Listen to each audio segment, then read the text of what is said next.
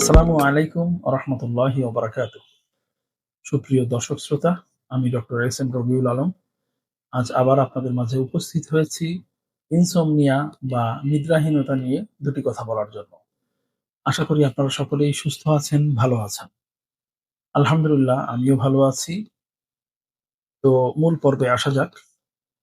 Insomnia বা নিদ্রাহীনতা হলো এক প্রকারের ঘুমজনিত সমস্যা, যেখানে একজন মানুষ ঘুমের উপযুক্ত পরিবেশ থাকা সত্ত্বেও ঘুমাতে পারে না বা অল্পতেই ঘুম ভেঙে যায়।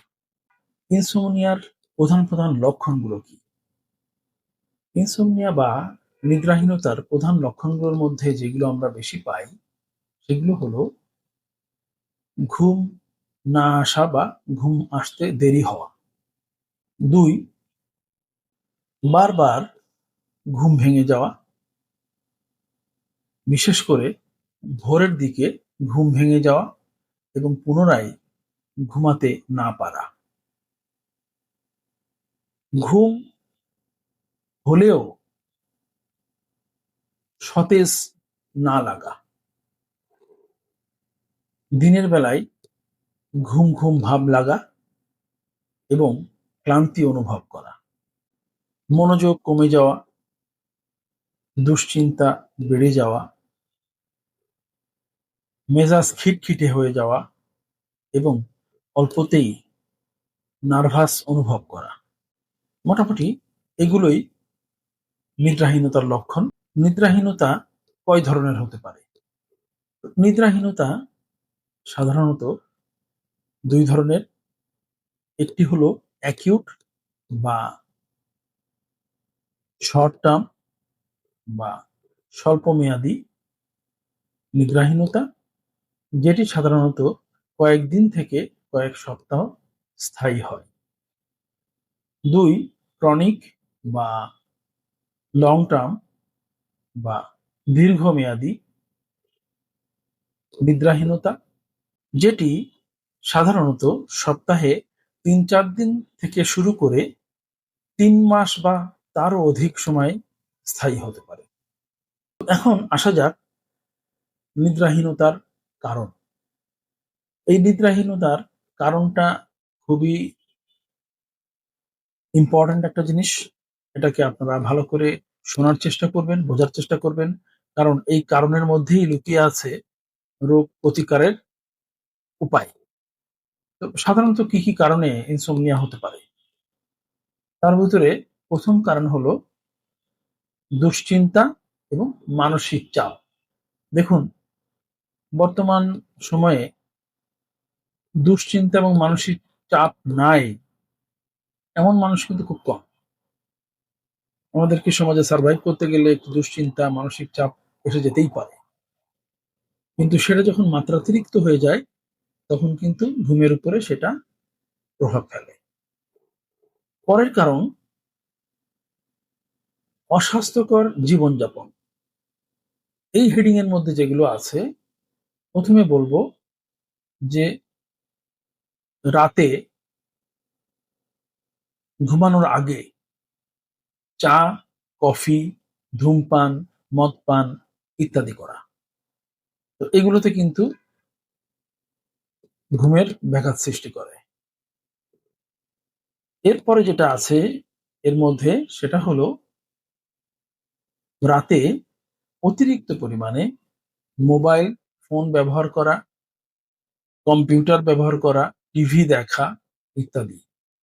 এই প্রসঙ্গে একটু কথা না বললেই নয় যে মোবাইল ফোন, টিভি বা ল্যাপটপ, কম্পিউটার এগুলোতে বর্তমানে বিশেষ করে যুব সমাজ থেকে শুরু করে বয়স্করাও কিছুটা এডিকশনের মধ্যে পড়ে গিয়েছেন। তো এটাতে সমস্যা কি হয়? সমস্যাটা যেটা আমাদেরকে জানতে হবে আগে যে ঘুমের সঙ্গে রিলেটেড কিছু জিনিস। যে আমাদের শরীরের মধ্যে, আমাদের মস্তিষ্কেই একটি ঘড়ি আছে যেটাকে আমরা বায়োলজিক্যাল ক্লক বা মাস্টার ক্লক বলি। এই ঘড়িটির কাজ হলো আমরা কখন ঘুমাবো, কখন ঘুম থেকে উঠবো, কখন খাবো এই যাবতীয় কিছুকে নিয়ন্ত্রণ করা। এবং এই ঘড়িটার কাজ নিয়ন্ত্রণ করে একটি হরমোন, যেটাকে আমরা মেলাটোনিন বলি, যেটা মস্তিষ্কে পিনিয়াল গ্ল্যান্ড নামে একটি গ্রন্থি আছে, সেখান থেকে সিক্রেশন হয়। তো এই যে মোবাইল আসক্তি বা ল্যাপটপ, কম্পিউটার বা টিভি আসক্তি, এগুলো যেটা করে এই হরমোনের সিক্রেশনটাকে কমিয়ে দেয়, এবং যেটার কারণে এর প্রভাব পড়ে আমাদের বায়োলজিক্যাল ক্লকের উপরে, এবং এর কার্যক্ষমতা হ্রাস পায়। সে কারণেই আমাদের কিন্তু নিদ্রাহীনতা এসে যায়। এরপরে যে কারণটা, সেটা হলো কিছু ঔষধের সাইড এফেক্ট আছে, যেমন কিছু স্টেরয়েড, অ্যান্টিবায়োটিক, অ্যান্টিডিপ্রেসেন্ট কিছু ওষুধ। কিছু অসুস্থতা আছে, যেমন cancer, kidney disease, heart disease, শ্বাসকষ্ট বা হাঁপানি, হাইপারথাইরয়েডিজম, আর্থ্রাইটিস ইত্যাদি। আবার নিয়মিতভাবে নির্দিষ্ট সময়ে ঘুমাতে না যাওয়াটাও একটা কারণ হতে পারে। এখন আমরা জানবো প্রতিকার বা চিকিৎসা। প্রতিকার বা চিকিৎসাতে যাওয়ার আগে আমাদেরকে জানতে হবে, যদি ইনসোমনিয়া বা নিদ্রাহীনতার চিকিৎসা সঠিক সময়ে না করা হয় বা এর প্রতিকার না করা হয়, তাহলে কি হতে পারে। যদি ইনসোমনিয়া বা নিদ্রাহীনতা দীর্ঘস্থায়ীভাবে হয়, সেই ক্ষেত্রে কিন্তু আমাদের হার্ট অ্যাটাক, স্ট্রোক, উচ্চ রক্তচাপ, ডায়াবেটিস, ডিপ্রেশন ইত্যাদির ঝুঁকিতে আমরা পড়ে যাব। কাজেই যেহেতু এতগুলো বড় বড় ডিজিজের আশঙ্কা রয়ে যাচ্ছে, এজন্য নিদ্রাহীনতা বা ইনসোমনিয়ার চিকিৎসা এবং প্রতিকার অতীব জরুরি। তো চিকিৎসার ক্ষেত্রে প্রথমেই ঔষধ ছাড়া যে চিকিৎসাগুলো আছে, সেগুলো নিয়ে আলোচনা করব। ঔষধ ছাড়া চিকিৎসাগুলো আপনারা নিজেরাই করতে পারবেন, এবং কারণের মধ্যেই সেগুলো লুকিয়ে আছে। এক হলো নিয়মিত ঘুমাতে যাওয়া, নির্দিষ্ট সময়ে ঘুমানো এবং নির্দিষ্ট সময়ে ঘুম থেকে ওঠা। দ্বিতীয়ত, আমরা ঘুমানোর আগে চা, কফি, অ্যালকোহল বা ধূমপান এগুলো থেকে বিরত থাকবো। এরপর আসা যাক যে রাতে, বিশেষ করে ঘুমানোর ৩-৪ ঘন্টা আগেই মোবাইল, ল্যাপটপ, কম্পিউটার বা টেলিভিশন এগুলো থেকে বিরত থাকতে হবে। প্রতিদিন ঘুমানোর আগে ১ গ্লাস কুসুম গরম পানির ভেতরে ১ কোয়া লেবুর রস এবং ১ চা চামচ খাঁটি মধু মিশিয়ে খেলে উপকার হতে পারে। এখন আমরা বরাবরের মতোই কিছু হোমিও ওষুধের কথা বলবো, যে হোমিও ওষুধগুলো আমরা ব্যবহার করে অনেক ভালো ফল পাই। যখন ঘরোয়া এসব ব্যবস্থাগুলো করেও উপকার পাওয়া যাবে না, তারপরেও যখন রোগীর ঘুম আসতে চাইবে না বা সাউন্ড স্লিপ হবে না, তখন আমরা এই ঔষধের দিকে যাব। তো হোমিওপ্যাথিতে বেশ কিছু ঔষধ আছে, যেগুলো একজন বিজ্ঞ হোমিও চিকিৎসকের পরামর্শক্রমে লক্ষণ ভিত্তিক ওষুধগুলো খেলে কাজ হওয়ার সম্ভাবনা খুবই বেশি।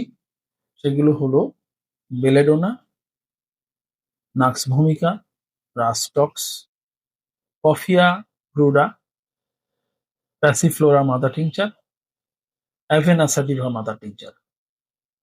তো এই ছিল ইনসোমনিয়া বা নিদ্রাহীনতার সম্বন্ধে কিছু কথা এবং তার চিকিৎসা ব্যবস্থা।